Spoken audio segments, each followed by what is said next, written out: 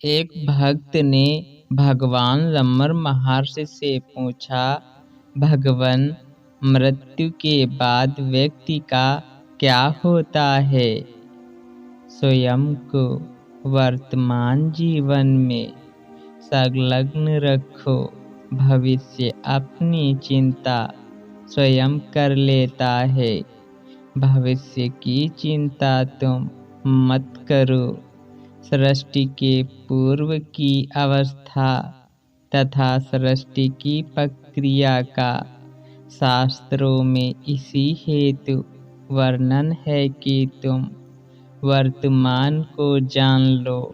क्योंकि तुम कहते हो कि तुम्हारा जन्म हुआ है, इसीलिए वे इसका भी समर्थन करते हैं तथा यह भी कह देते हैं कि तुम्हें ईश्वर ने पैदा किया है। पर क्या तुम ईश्वर अथवा अन्य वस्तु को अपनी सुषुप्ति में देखते हो? यदि ईश्वर सत्य है तो वह तुम्हारी सुषुप्ति में भी क्यों नहीं प्रकट होता है?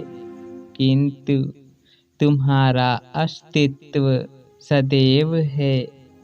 तुम अब भी वही व्यक्ति हो जो सुषुप्ति में थे, किंतु ईश्वर नहीं था, क्योंकि तुमने ईश्वर को सिर्फ विचारों में बनाया है। ईश्वर एक विचार मात्र है। वास्तविक ईश्वर स्वयं तुम खुद ही हो। तुम जो सुषुप्ति में थे उससे अब जरा सा भी भिन्न नहीं हो। तब फिर दोनों अवस्थाओं में भावनाओं तथा अनुभवों का अंतर क्यों हो? क्या तुमने नींद में अपने जन्म के विषय में अथवा मृत्यु के बाद कहाँ जाऊंगा यह प्रश्न पूछा था? अब जागृत अवस्था में उन सब पर क्यों विचार करते हो?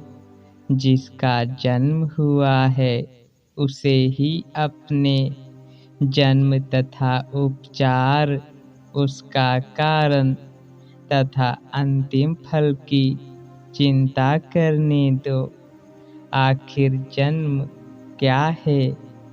जन्म अहम भाव का है अथवा देह का? क्या मैं देह से पृथक हूँ अथवा वही हूँ? या अहम भाव किस प्रकार उदय हुआ? क्या यह अहम भाव तुम्हारा वास्तविक स्वरूप है अथवा तुम्हारा स्वरूप कुछ और है? तुम्हारा स्वरूप केवल चैतन्य मात्र है। अहम भाव तो बस विचारों का पुलिंदा मात्र है, जो स्वयं को मैं